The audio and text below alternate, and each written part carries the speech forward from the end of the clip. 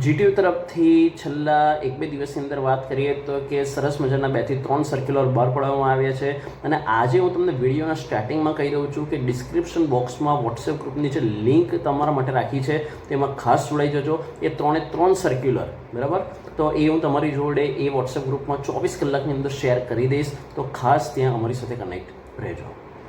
N+2નો એક રૂલ છે કે જે આઈ થિંક તમારામાંથી મોટાભાગના વિદ્યાર્થીઓને ખબર જ હશે, અને જો કદાચ તમને ખબર ના હોય તો અત્યારે એના રિલેટેડ ક્લિયરિટી તમને આપી દઉં.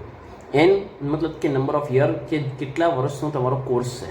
માનો કે તમે ડિગ્રીની અંદર છો તો તમારો કોર્સ 4 વર્ષનો, જો D2Dના સ્ટુડન્ટ છો તો 3 વર્ષનો, ડિપ્લોમાના છો તો 3 વર્ષનો, પણ જો તમે C2Dના સ્ટુડન્ટ છો તો 2 વર્ષનો.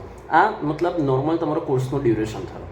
અને +2 મતલબ કે એ તમારા કોર્સનો જેટલો પણ ડ્યુરેશન હોય, જીટીયુ તમને એનાથી 2 વર્ષનો સમયગાળો વધારે આપે છે કે એટલા સમયમાં તમારે તમારો કોર્સ કમ્પ્લીટ કરવાનો રહેશે.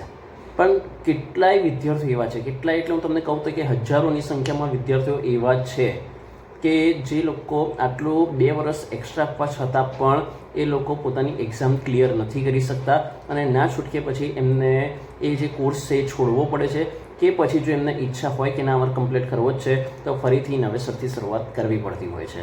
પરંતુ જીટીયુ એવા તમામ વિદ્યાર્થીઓ માટે કે જેમને N+2નો રૂલ મતલબ આપ્યો હતો અને તેમ છતાં પણ જો એ લોકો પાસ નથી થઈ શક્યા, તો એમના માટે વધુ એક ચાન્સ આપ્યો છે કે જાઓ અને તમારી જે પણ બેકલોગ છે, પણ એ એક કન્ડિશન કે જે પણ સેમિસ્ટરની અંદર તમારી બેકલોગ હોય એનું તમે એક્ઝામ પહેલાં આપેલી હોવી જોઈએ, બરાબર.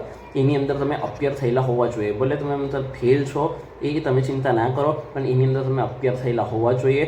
અને તમને ફરી એક અહીંયા ચાન્સ આપ્યો છે કે તમે ત્યાં જાઓ અને એ એક્ઝામ તમે આપી શકો છો. નોર્મલ એક્ઝામ ફોર્મની જે ફી હોય પર સબ્જેક્ટ 125 રૂપીસ એ તમારે ભરવાના, પ્લસ એડિશનલ અહીંયા તમારે પેનલ્ટી લાગશે, એ છે 5000 રૂપિયા. એક સબ્જેક્ટ હોય કે ગમે તેટલા સબ્જેક્ટ હશે, પર સબ્જેક્ટ 125 રૂપીસ લેખે ભરવાના રહેશે, પ્લસ 5000 રૂપિયા પેનલ્ટી. એની સાથે તમને અહીંયા ચાન્સ આપવામાં આવ્યો છે. અને મેં જે 3 સર્ક્યુલરની વાત કરી હતી, જેમાંથી એક ડિપ્લોમાના સ્ટુડન્ટ માટેનો સર્ક્યુલર છે કે 1 થી 6 સેમિસ્ટરના જે વિદ્યાર્થીઓ છે કે જેમને કોઈક ને કોઈક સેમિસ્ટરની અંદર બેકલોગ રહી ગઈ હોય તો એ લોકો કઈ તારીખ સુધીમાં એ એક્ઝામ ફોર્મ ભરી શકે છે.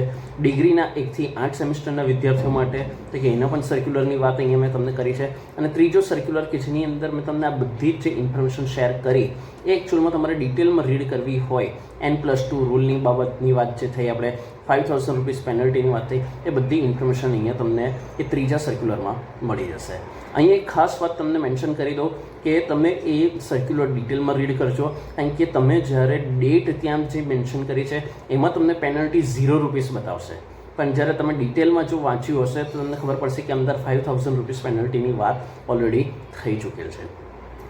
આ 3 સર્ક્યુલર મેં તમને અગાઉ પણ કીધું એ રીતે ફરી કહી દઉં છું. 24 કલાકમાં વોટ્સએપ ગ્રુપમાં શેર થઈ જશે. ત્યાં ઓલરેડી જોઈન છો, ફરી જોઈન થવાની જરૂર નથી. અને નથી જોઈન તો ડિસ્ક્રિપ્શન બોક્સમાં વોટ્સએપ ગ્રુપની લિંક અવેલેબલ છે, ત્યાં જાઓ, જોઈન થઈ જાઓ અને આવી જ latest information time to time ત્યાં મેળવતા રહો. Thank you so much.